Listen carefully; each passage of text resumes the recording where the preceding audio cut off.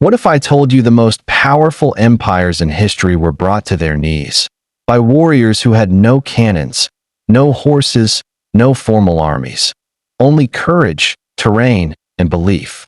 What if I told you that 5 of the greatest military embarrassments ever recorded weren't caused by invading superpowers, but by indigenous warriors fighting to protect their land, their people, and their way of life? This isn't a story of conquest. It's a story of resistance, the kind of resistance history tried to erase. In 1876, 268 elite United States cavalrymen were wiped out in less than an hour. Not by another empire, not by a rival nation, but by the Lakota and Cheyenne under the leadership of warriors like Sitting Bull and Crazy Horse. And this wasn't the only time. It was happening across the continent, and even across the ocean, at the exact same time. But you won't find these names in most textbooks. You won't see monuments for them in major cities. Because history wasn't written by the people who resisted. It was written by the ones who tried to silence them. Let's go back to the plains of North America. The United States government had signed over 370 treaties with native nations. They broke every single one. Not most. Not some. All of them. The promises meant nothing. As soon as gold, railroads, or land were involved, the treaties vanished like smoke. The Sioux were told the Black Hills would be theirs forever. Then gold was found, and forever became negotiable. But the Sioux didn't go quietly. Sitting Bull, born around 1831, had already seen enough by the time he was a teenager. He became a war chief not just because of strength, but because he refused to look away when others tried to accept what was happening. In 1863, he witnessed the massacre at Whitestone Hill. Hundreds of his people slaughtered, many of them women and children. That day shaped him.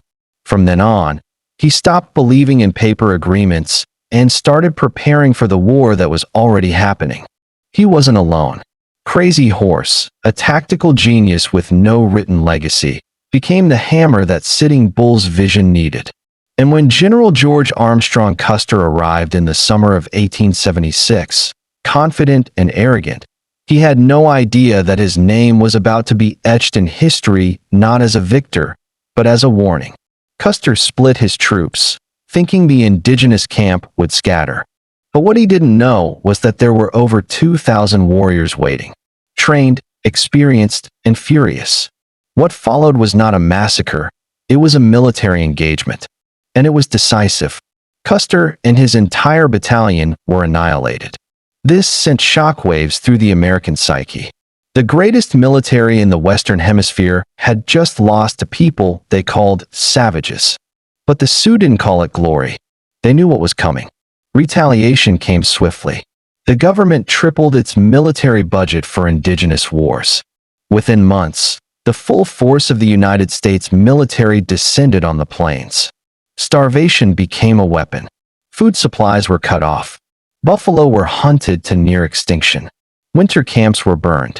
By 1877, most had surrendered. Sitting Bull fled to Canada, but even there, survival was almost impossible. Eventually, he returned and was forced to surrender. Not because he was defeated in spirit, but because his people were dying. And yet, he still made one final statement. He handed his rifle not to a general, but to his young son, and told him to give it to the commanding officer. "Let it be remembered," he said, "that I was the last man of my tribe to lay down my arms." At the same time, over 1,000 miles away in the deserts of Arizona, another name was being etched into legend, Geronimo. His real name was Goyle, one who yawns. But the name the world remembers, Geronimo, came from the cries of Mexican soldiers who witnessed him survive a massacre that claimed his mother, wife, and children. He became something else that day. Not just a warrior, but an echo of the rage and loss felt across generations. For 10 years, Geronimo evaded capture by the United States Army. 10 years. And they weren't just sending local militias. They sent 5,000 trained soldiers. Spent over $12 million.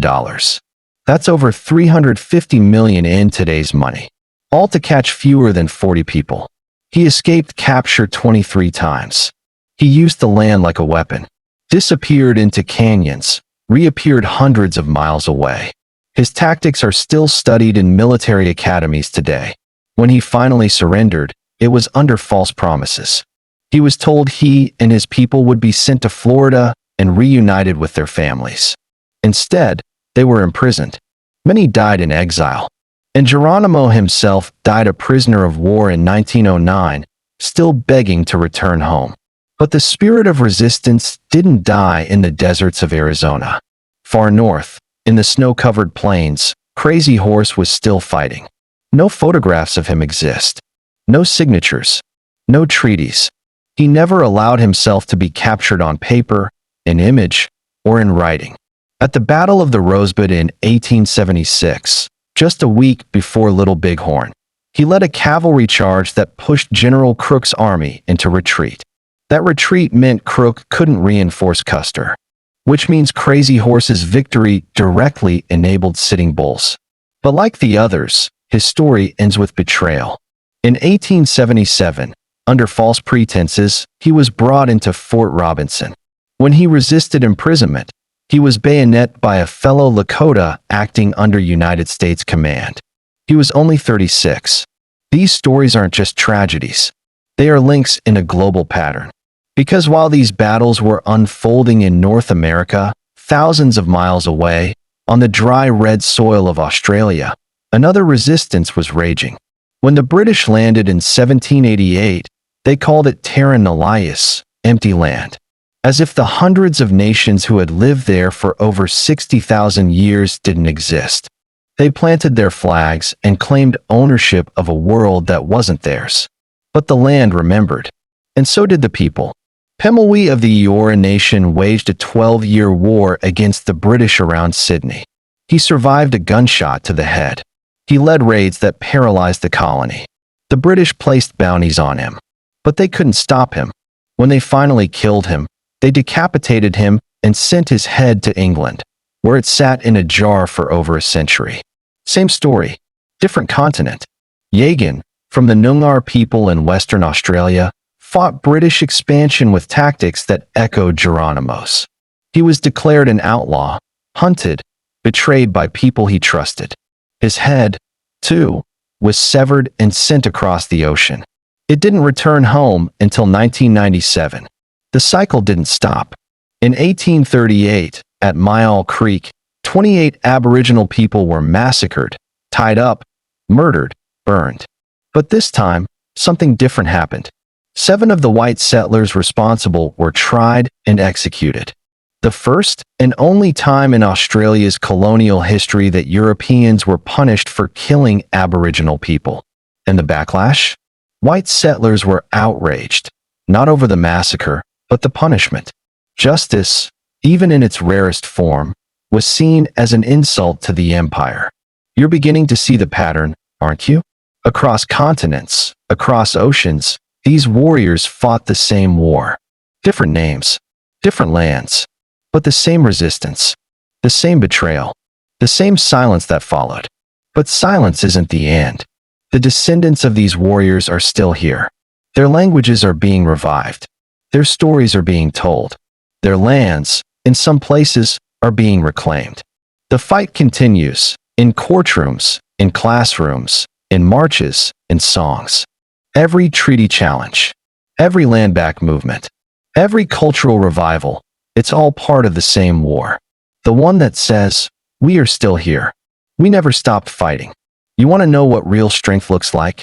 It looks like Sitting Bull handing over his rifle so his son could witness the dignity of resistance. It looks like Geronimo refusing to run, even when everyone else told him to surrender. It looks like Pemulwuy rising from a gunshot wound to the skull and returning to battle. It looks like Crazy Horse refusing to be photographed, to be pinned down, to be named by the empire.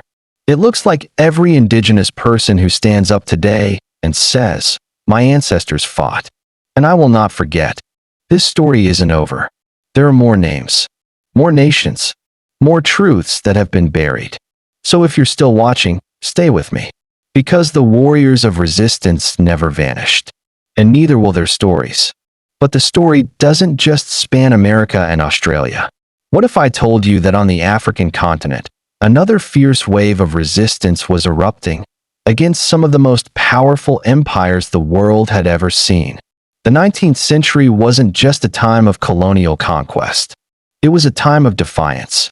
While Sitting Bull rode across the plains and Pemulwuy fought in the bush, African kings and queens were facing down British muskets, German rifles, and French cannons with nothing but spears, strategy, and unshakable belief in their sovereignty. Start in West Africa. The British arrived in what is now Ghana with dreams of gold and domination. But they didn't expect to meet the Asani Empire.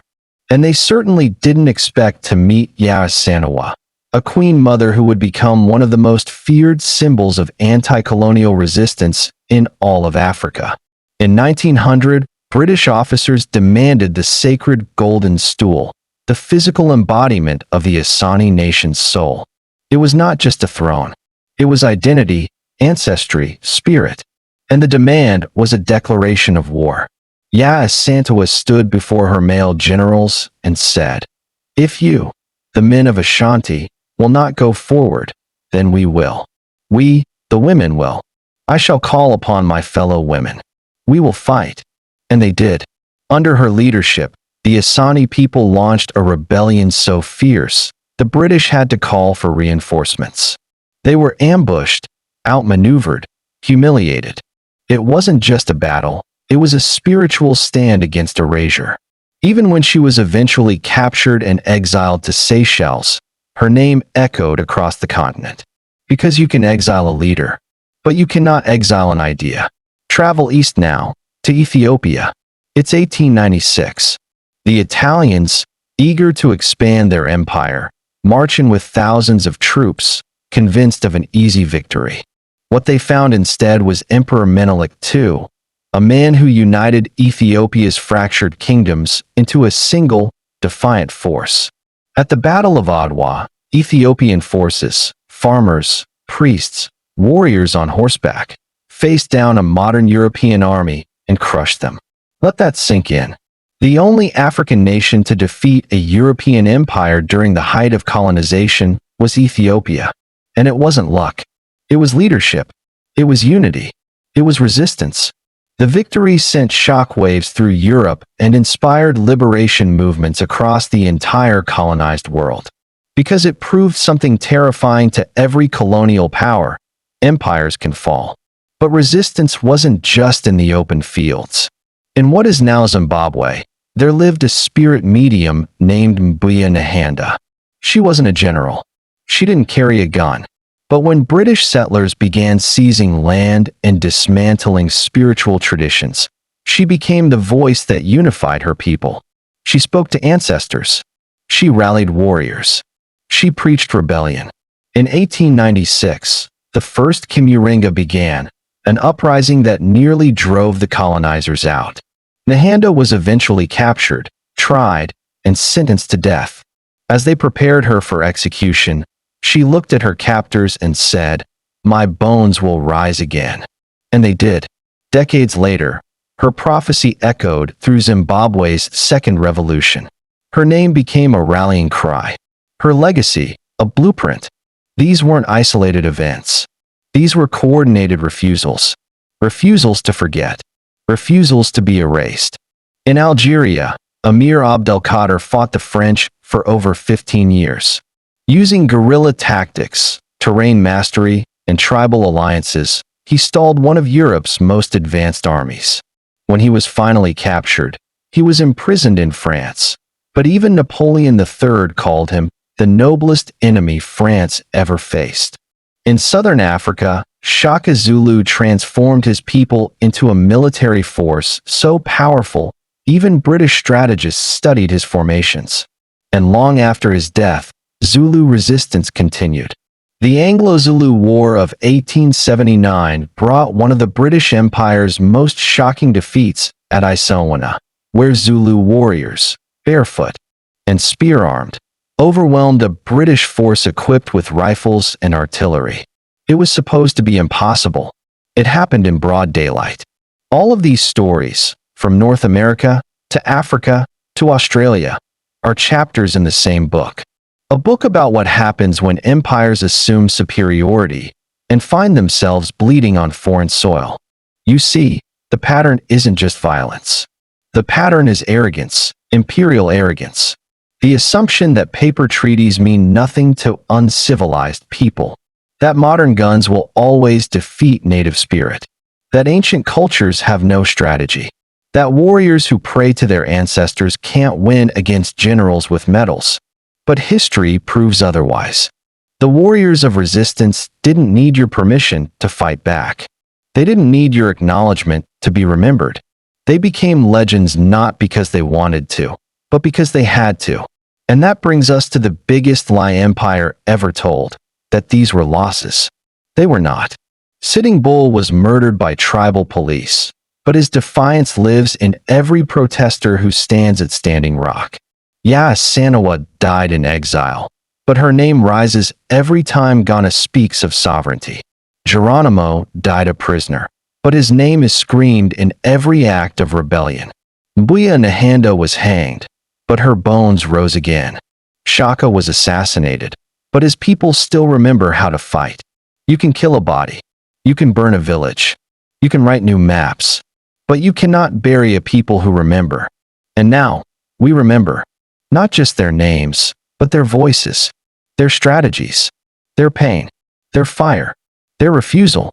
Because this is what resistance looks like when the world thinks you should already be dead.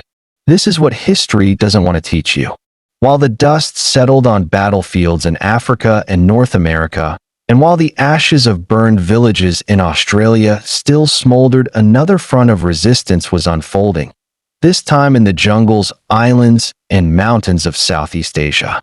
And here, too, the empire believed it would be quick, clean, inevitable. They were wrong. In the Philippines, a boy named Emilio Aguinaldo grew up watching his people bend under the weight of 3 centuries of Spanish rule. He saw the friars hold land that once belonged to farmers. He saw the crosses of conversion replace ancestral rights.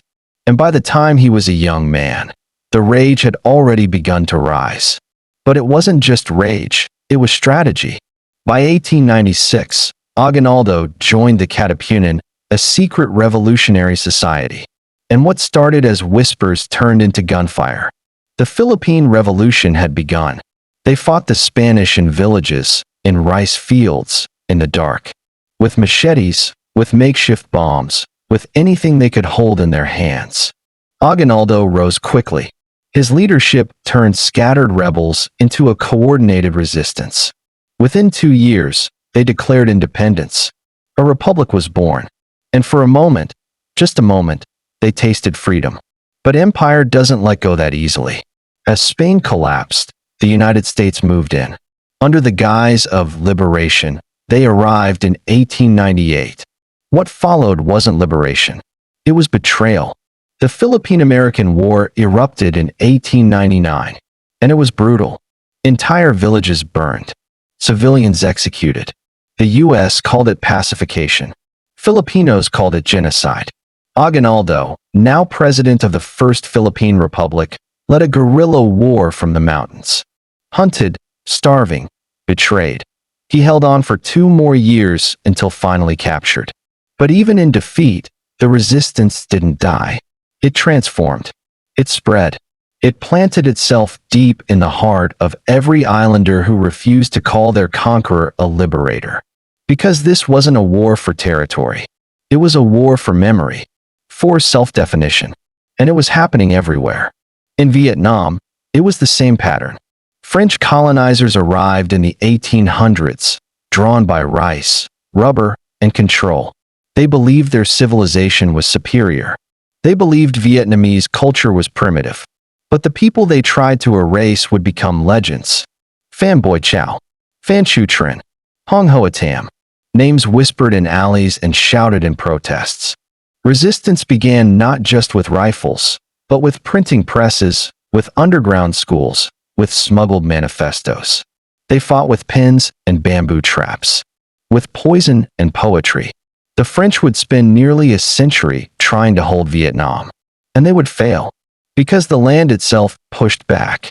The forests hid fighters, the rivers swallowed supply lines, and the people, teachers, monks, rice farmers, became warriors when pushed too far. And then, beyond the mainland, in the heart of the Pacific, another empire pushed forward, Japan. After centuries of isolation, the Meiji Restoration transformed Japan into an industrial power hungry for resources and dominance. But they didn't just build an empire. They studied the Western playbook, then rewrote it. They colonized Taiwan in 1895, then Korea in 1910. And Koreans, too, rose in resistance. The March 1st movement of 1919 began with a declaration. A cry for independence echoed in protests across the peninsula. Japan cracked down with force, mass arrests, torture, executions. But the spirit couldn't be stamped out. Kim Gu, Yu Guan-sun, names that still echo in classrooms and protests today. Students and poets, leaders and martyrs. Yu Guan-sun was only 16 when she organized her first protest. She was arrested, tortured, killed in prison. But before she died, she scratched the word freedom into the wall of her cell. Because even in chains, resistance still speaks. And it speaks not just in bloodshed, but in breath, in songs, in languages forbidden by law, in dances outlawed by decree, in flags sewn in secret, in prayers whispered under moonlight.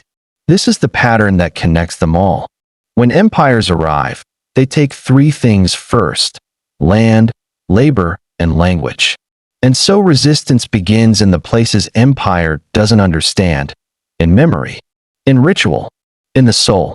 Across Hawaii, when the United States overthrew Queen Liliuokalani in 1893, it wasn't just the fall of a monarch, it was the theft of a worldview.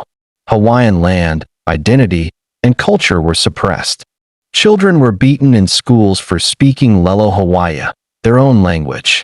But the kupuna, the elders, remembered. They remembered chants, hula, genealogy, navigation. And from them, the spark reignited. A cultural renaissance began. And now, Hawaiians are reclaiming their stories, one word at a time.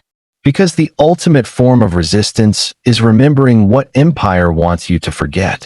What connects Sitting Bull and Aguinaldo, Geronimo and Yu Guan-sun, Crazy Horse and Yaasanawa, Mbuya Nahanda and Fanboy Chow, is not just that they fought. It's that they remembered. And they made sure others did, too. This is not nostalgia. It's not myth. It's not a call to romanticize the past. It's a warning. That forgetting is how empire wins. That silence is complicity. And that stories, when told truthfully, can become weapons sharper than any sword. Because when you remember what they did to your people, you start asking what they're still doing now. And when you remember how they resisted, you start asking how you might resist, too. And this is why the story continues. While the sun set on colonized Asia, resistance flared elsewhere, across deserts, mountains, and jungles, and the same pattern repeated. Occupation, suppression, rebellion, and the same truth echoed.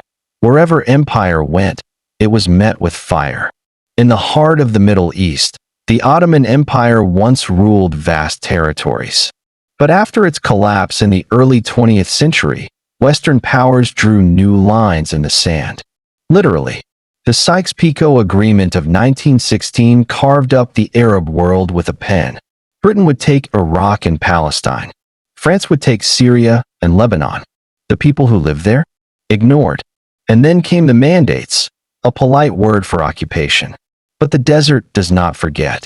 In Iraq, the British were greeted not with roses, but with revolt.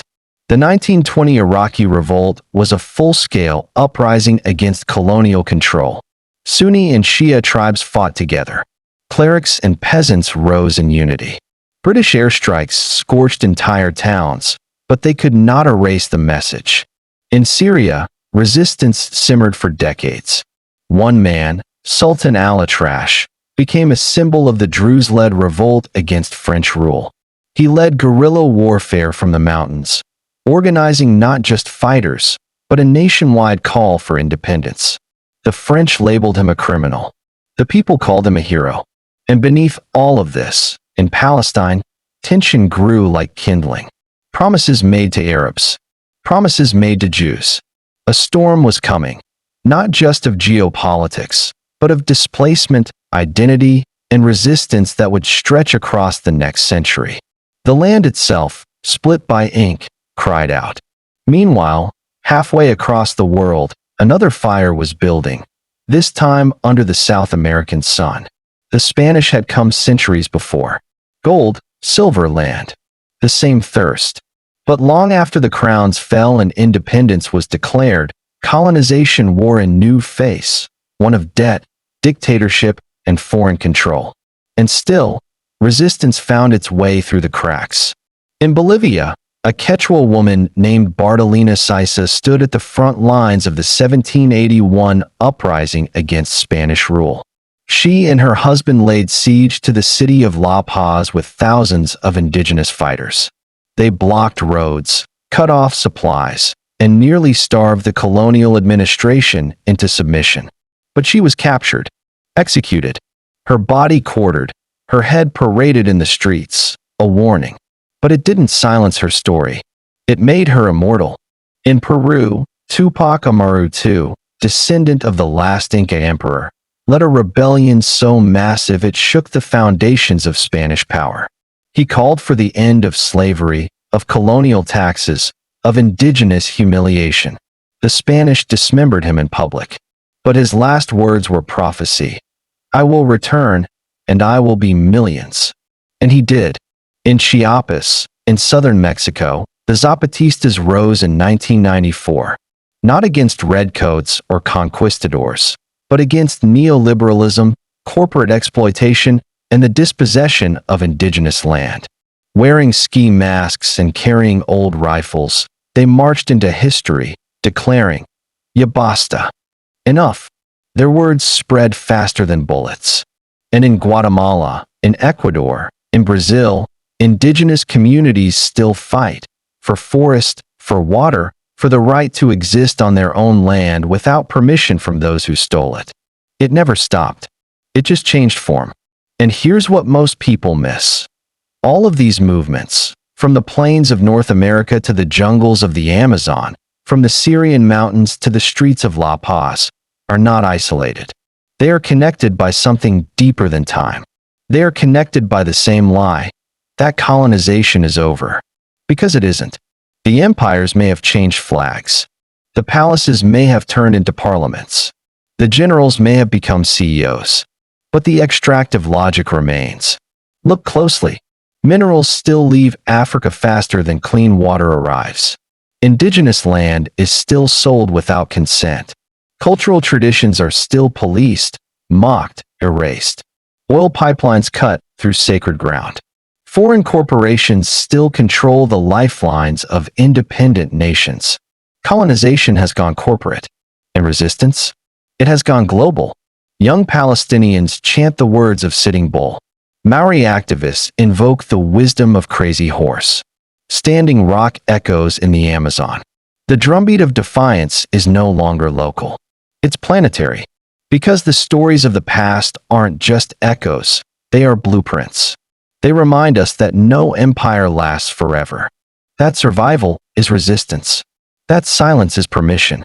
And that if your land was taken, your voice silenced, your name forgotten, remembering is an act of rebellion.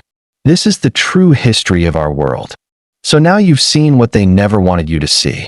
You've heard the names they tried to erase: Sitting Bull, Geronimo, Crazy Horse, Pemulwuy, Yagan, Bartolina Sisa, Tupac Amaru. Names that echo like thunder across centuries. Names that defied empires. But this isn't just about the past. This is about now. Because if this story moved you, if it shook something awake in you, then you already know why it matters.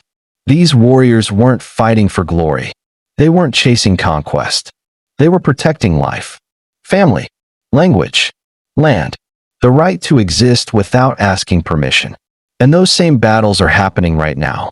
Indigenous communities are still fighting for clean water, sacred land, and legal recognition. Resistance has moved from horseback to hashtags, from rifles to courtrooms, from whispers in the forest to voices on global stages. But the stakes are the same. The fight is the same. The question is, are we listening? Because history doesn't repeat. It rhymes. And the same patterns are unfolding today: surveillance, displacement, corporate extraction, cultural erasure, in new forms, with new names. But the same spirit that lived in the Lakota, in the Apache, in the Aboriginal resistance, lives on. And that's what this channel is about. This isn't just history. This is the truth behind the stories we were never taught. This is for the people whose names were burned, whose bones were scattered, whose memory was silenced, but who still left a mark so deep that it ripples through time. If you're still watching, that means you're one of us. You're not here for surface-level content. You're here for the full story, raw, unfiltered, and unapologetically true. And that's what I promise to give you every single week. So hit subscribe if you want more stories like this. Stories the textbooks left out. Stories that give voice to the silenced. Stories that connect past and present across continents and generations. Like this video if you felt something: anger, sorrow, pride, fire. Comment below what part hit you the hardest. Whose name will you remember after today? And share this video with someone who still thinks resistance was a thing of the past. Because as long as these stories are told, they're not dead. They're alive. And so is the fight. I'll see you in the next one. And trust me, we're just getting started.